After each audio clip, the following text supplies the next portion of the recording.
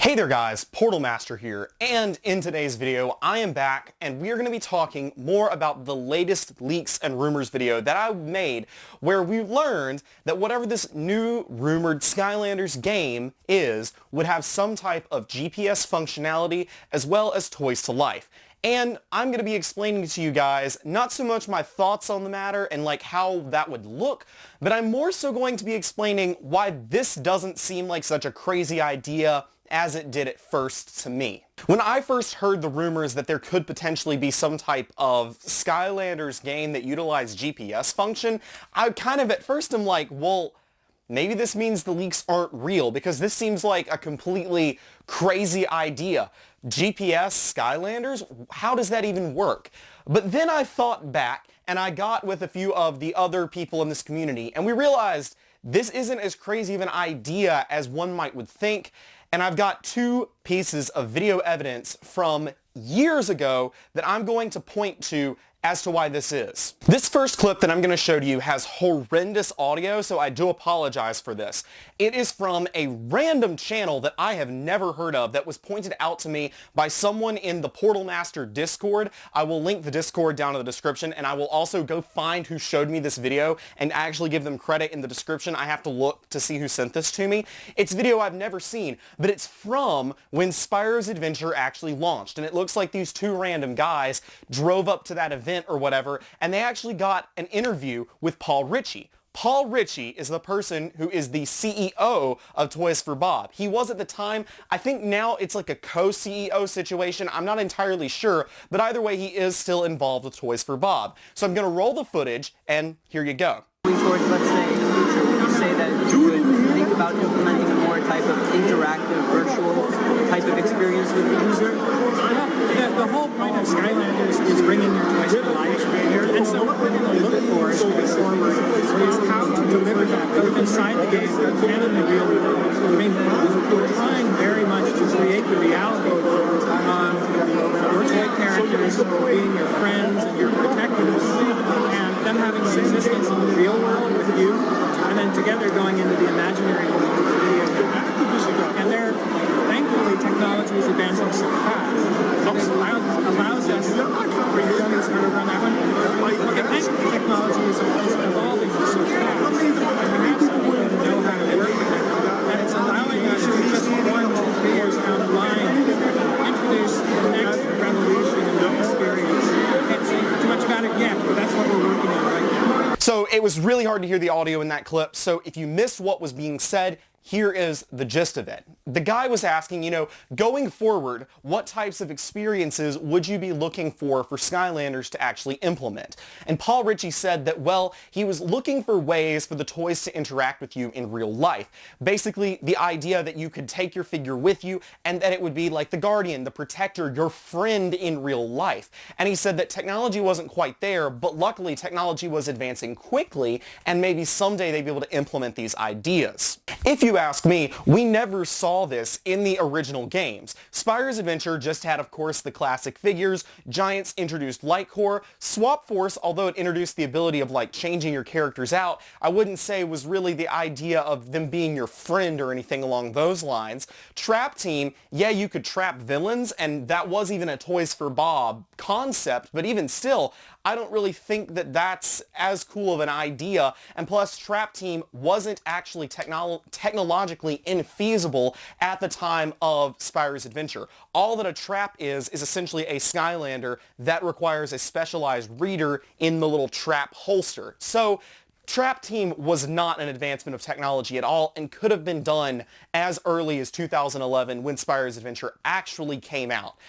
Superchargers was maybe a little bit of innovation, but that also wasn't Toys for Bob, so Paul Reiche wasn't involved in that at all. The vehicles, of course, could move around on their own. That's about it. And same thing for Imaginators. Imaginators, although the technology, looked cool, it wasn't actually an advancement. Imaginators could have been done in some capacity at the same time as Spyro's Adventure. There was no real technological innovation to the degree that Paul Reiche seems to be implying in this interview. Now, what would be technologically innovative at this time would have been the idea of a real-world game, which had not yet been invented. Ingress, which is what Pokemon Go is based off of, and Niantic, who makes Pokemon Go, had not even created Ingress at the time that Spyro's Adventure came out. So, a real-world game would be completely and totally, a new concept. And additionally, even when Ingress did come out, which I don't actually know when that was off the top of my head, I'll check in just a second, but the idea of actually being able to scan your Skylander in on the go, on like the back of your phone, wasn't a concept yet because phones didn't have RFID or NFC readers at that point, whereas now all iPhones do in the form of Apple Pay, and so do most Samsung devices. So there's that.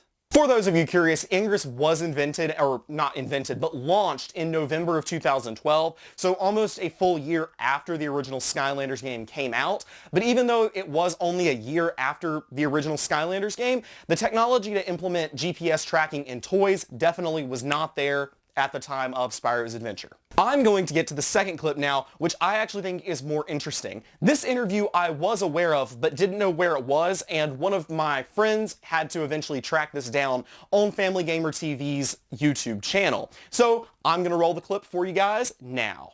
And in the future, the idea that the toy might know where you are or what you're experiencing, like, it's bright sunlight or something like that. Or, stop shaking me, or, place me at Times Square and I'll give you 100 coins. So this clip is basically like 100% Paul Reiche straight up saying, yes, we want Skylanders that you can take with you on adventures to somewhere and get a real-world reward.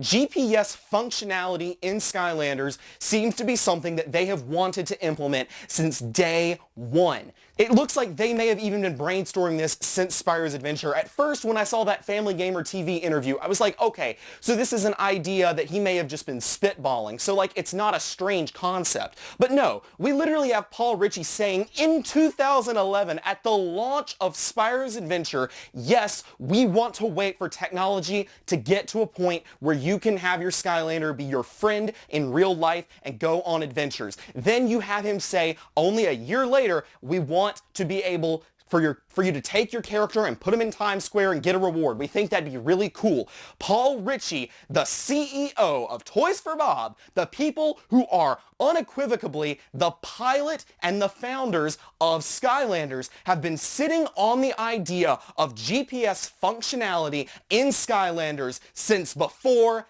day one.